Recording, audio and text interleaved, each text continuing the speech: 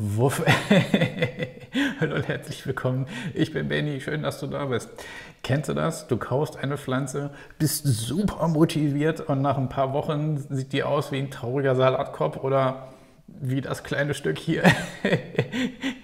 Heute erkläre ich dir die 5 größten Irrtümer, die deine Pflanzen ins Grab bringen. Los geht's!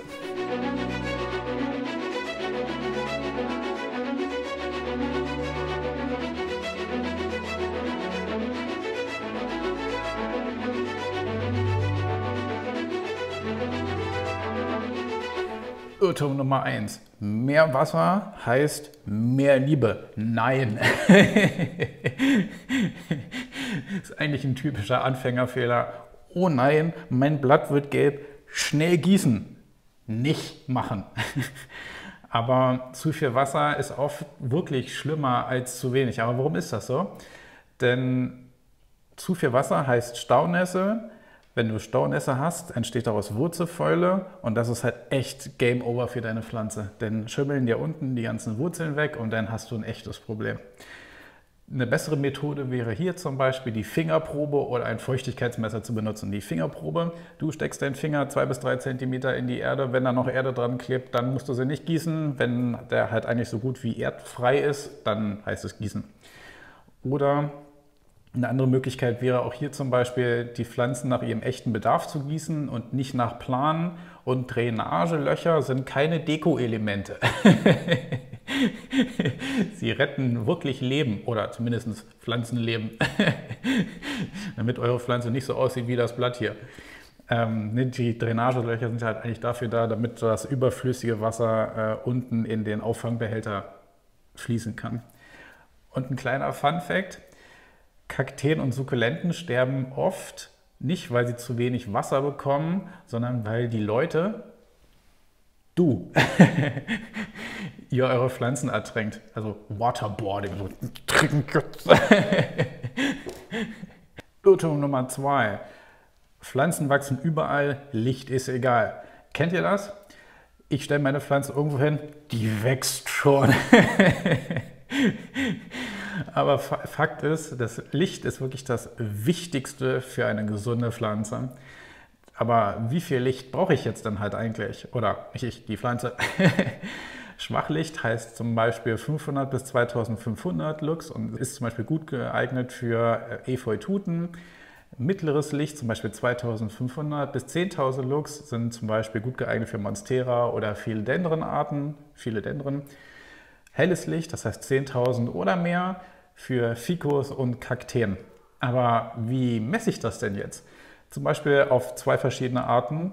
Zum Beispiel, du kannst dir eine Lux-Mess-App besorgen. Ne? Zum Beispiel sowas Schickes hier, das benutze ich halt auch. Völlig kostenfrei. Es gibt zum Beispiel halt auch noch so Hightech-Fancy-Varianten für 100 € plus. Das ist aber jetzt erstmal völlig egal. Du willst ja nur so eine ungefähre Idee haben. Oder der Buchtest. Das heißt, wenn du nicht mehr bei natürlichem Licht lesen kannst, ist es zu dunkel. Ja, ich sehe schon die Kommentare. Ich kann bei jedem Licht lesen. Ja, darum geht es jetzt nicht. Oder du kannst zum Beispiel halt auch deine Pflanzen nahe ans Fenster stellen oder eine Pflanzenlampe benutzen. Und vielleicht ein kleiner Extra-Tipp. Südfenster ist nicht böse. Manche Pflanzen lieben wirklich Sonne, aber man muss sie wirklich langsam daran gewöhnen. Ne? Also wenn ich mich jetzt halt auch bei 30, 40 Grad in die Sonne stelle, ich mag das auch nicht. Oder zumindest meine Haut nicht. Ich bin so ein kleiner Krebs, ich werde extrem schnell rot. Irrtum Nummer 3. Alle Pflanzen brauchen viel Erde. Je größer der Topf, desto besser ist es. Oder? Das heißt, je mehr Erde, desto stabiler die Pflanze. Nein und nein. Aber warum ist das jetzt überhaupt so ein großes Problem? Das heißt, zu große Töpfe speichern zu viel Wasser und daraus folgt dann wieder Wurzelfäule. Das heißt, Pflanzen fühlen sich eher in engeren Töpfen wohler als in zu großen Töpfen. Hier wäre zum Beispiel eine bessere Lösung. Das heißt, immer nur einen Topf größer beim Umtopfen. Bei tropischen Pflanzen musst du aber ein bisschen darauf achten. Hier könntest du zum Beispiel ein durchlässiges Substrat benutzen, zum Beispiel Perlite oder BIMS. Hier wäre zum Beispiel noch eine lustige Analogie. Das ist, als würdest du in einem richtig großen Bett schlafen wollen, aber die Matratze ist echt immer klatschnass. klingt nicht wirklich geeignet, oder? Irrtum Nummer 4, Luftfeuchtigkeit brauche ich nicht. Die Pflanze lebt ja drin. Das heißt, meine Pflanze steht im Zimmer, Luft ist Luft. Oder nein. Das Problem ist hierbei, tropische Pflanzen brauchen oft eine hohe Luftfeuchtigkeit, zum Beispiel 60 bis 80%. Und vor allen Dingen gerade im Winter, da ist die Luftfeuchtigkeit bei 30%. Das ist für deine Pflanze echt, als würde sie echt in der Wüste stehen. Gerade wenn ihr noch die Pflanze so ein bisschen noch so schön über der Heizung stehen habt und der warme Luftzug, ne, da kommt irgendwie immer ans Blatt. Das mag die Pflanze wirklich überhaupt nicht. Eine bessere Lösung wäre hier zum Beispiel ein Luftfeuchtigkeitsmesser zu nutzen, damit du genau weißt, wie viel ungefähr Luftfeuchtigkeit du in deinem Raum hast. Du könntest die Pflanzen gruppieren, so ähnlich wie bei mir hinten. Die stehen bei mir alle in einem Zimmer. Der ganze Boden ist voll, weißt du, Mikroklima. Oder du könntest einen Luftbefeuchter oder kleine Wasserschalen aufstellen. Fun Fact, Sprühen bringt nichts, da es ja eigentlich sofort verdunstet. Es sei denn, du hast wirklich Lust, alle 10 Minuten mit der Sprühflasche rumzurennen und deine ganzen Pflanzen anzusprühen. Also bringt ehrlich gesagt nicht so viel. Der 5. und letzte Irrtum, meine Pflanze ist tot, also war's das. Oh nein, alle Blätter sind abgefallen, ich schmeiß sie weg. Nein. Das heißt, manche Pflanzen sind wirklich Überlebenskünstler. Das heißt, Kaladien sind zum Beispiel ein Fall. Das heißt, die sterben im Winter ab. Das ist bei der Pflanzenart wirklich völlig normal. Oder zum Beispiel auch Alokasien werfen manchmal ihre Blätter ab, treiben aber aus der Knolle wieder aus.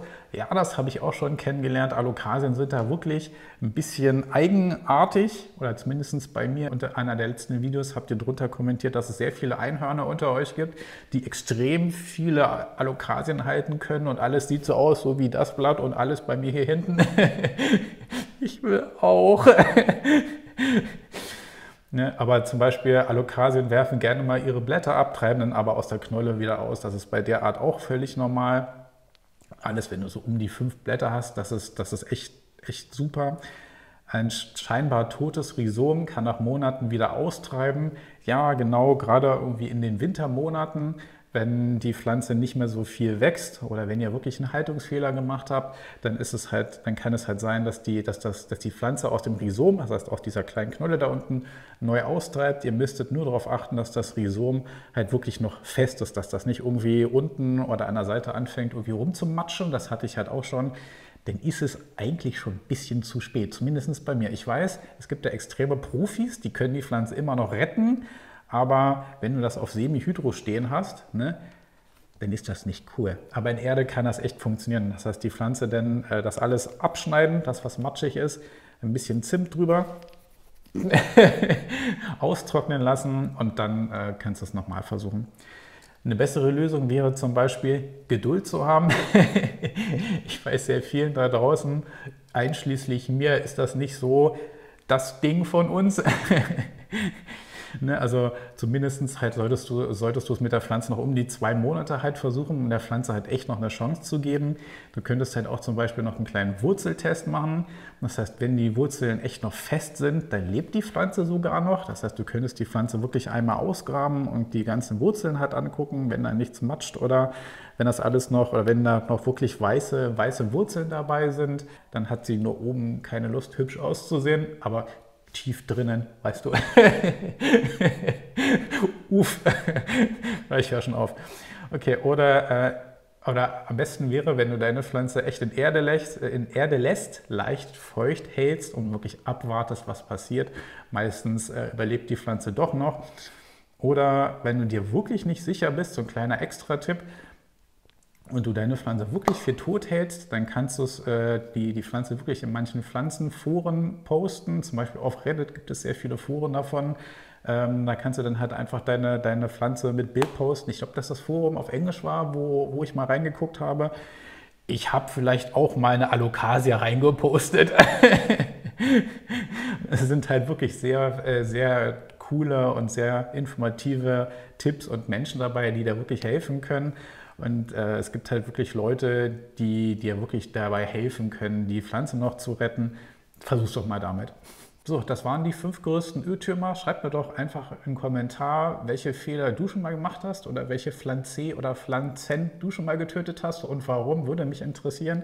Oder ich kenne das zum Beispiel halt auch noch so, wenn nur ein Freund oder Freundin mit einer Pflanze nicht klarkommt und du irgendwie so einen kleinen grünen Daumen hast, auf der einen Seite leicht moosig, weißt du, rette meine Pflanze, ich tue alles. Dann hast du vielleicht auch so einen Bekannten oder eine Bekannte, die dir dann irgendwelche halbtoten Pflanzen aufdrückt. Kenne ich. Wenn dir das Video gefallen hat, lass doch gerne ein Like und einen Kommentar da. Wir sehen uns nächste Woche Sonntag 10 Uhr wieder. Macht's nicht gut, macht's besser. Wuff.